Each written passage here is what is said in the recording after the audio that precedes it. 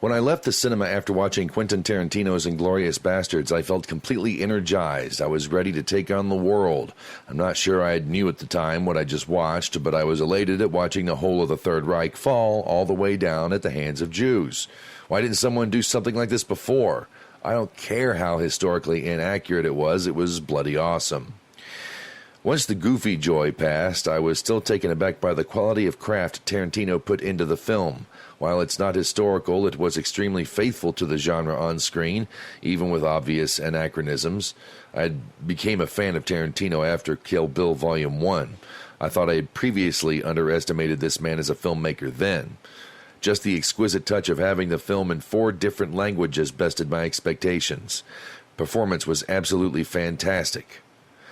But it was watching Hitler get his comeuppance that made me go out and rent it as soon as it was available, and it was this second viewing that I saw a greater narrative beyond a simple revenge film or base wish fulfillment on screen. This film is a loving ode to film itself.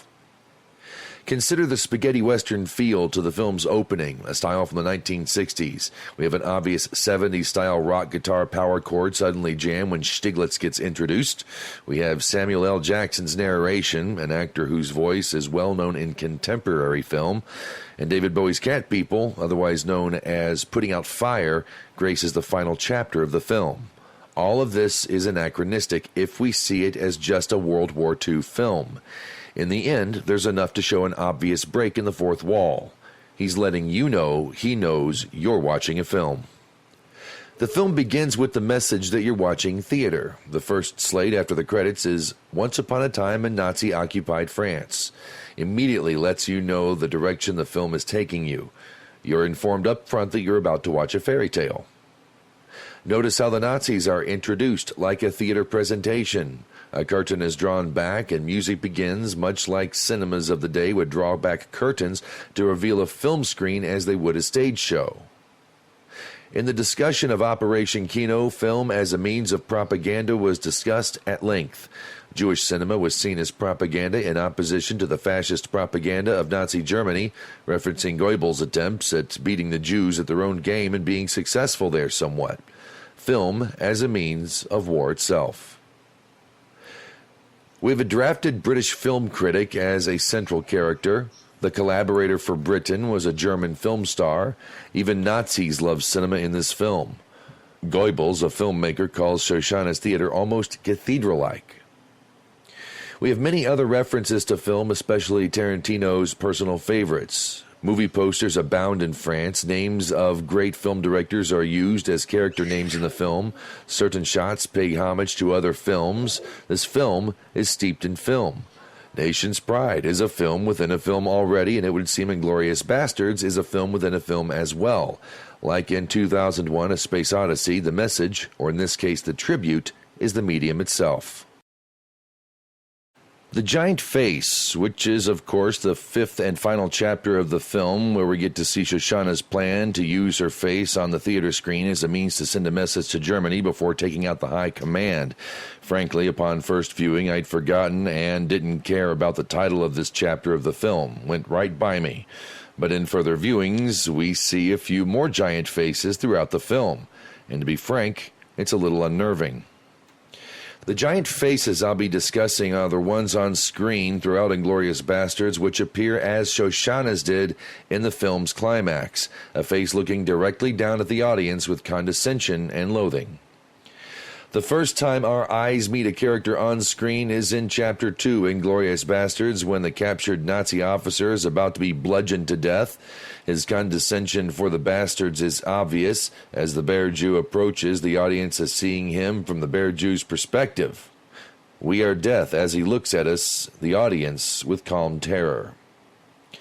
Next we see Aldo the Apache and the Bear Jew looking directly into the camera, whose point of view is from a freshly branded Nazi, Soldier Boots. Again, a look of condescension.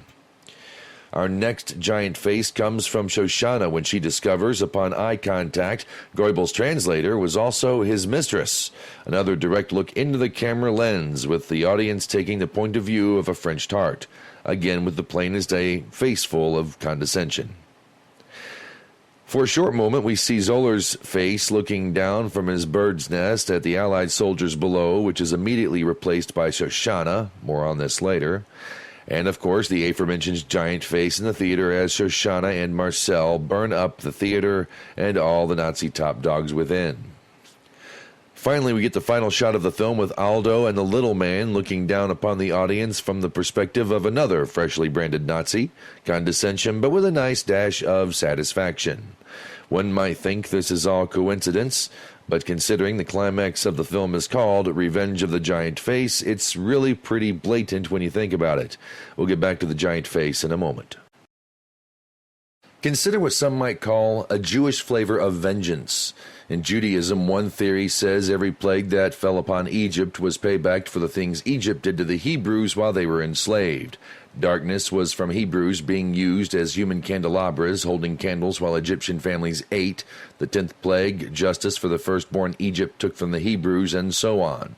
Measure for measure on a national level, eye for an eye. What the Nazis do in this film gets turned back on them. And this is not the first time something like this has been done in film. Raiders of the Lost Ark had similar themes. Consider the fate of the Nazis in Inglorious Basterds is not unlike the fate of the Nazis in Raiders of the Lost Ark. Both are set in World War II, both have Nazis, trying to beat the Jews at their own game, be it in the Germans' attempt to access the power of the Ark, or film as propaganda as discussed in Operation Kino. Both fail miserably and enter into a world of hell. No holds barred hellfire and damnation. Back to Jewish vengeance. Jews were forced to wear labels in Nazi Germany. The Bastards brand Nazis accordingly. Nazis wanted to master film as propaganda to compete with anti-fascist cinema of the Jews. Shoshana makes a film of her own on a screen that brings death to Nazis, for instance. Zoller's face, sending a message to Germany, a nation's pride, in English, is met with a Jewish face sending a message to Germany in English. Nazis burned up and mowed down Jews. Jews mowed down and burned up Nazis in the theater. Nazis are ruthless. The bastards seek to be so ruthless they haunt the German in their dreams. In the real world, Germans lost the war and Hitler never paid for his crimes. Inglorious Basterds gives us everything we could ever hope for measure against one of the most ruthless regimes in history. The film kills fascists, but as we discussed earlier, the audience is also engaged. Tarantino's film not only kills the fascists of history, he's killing the fascist within as well. I'm Jack Taylor.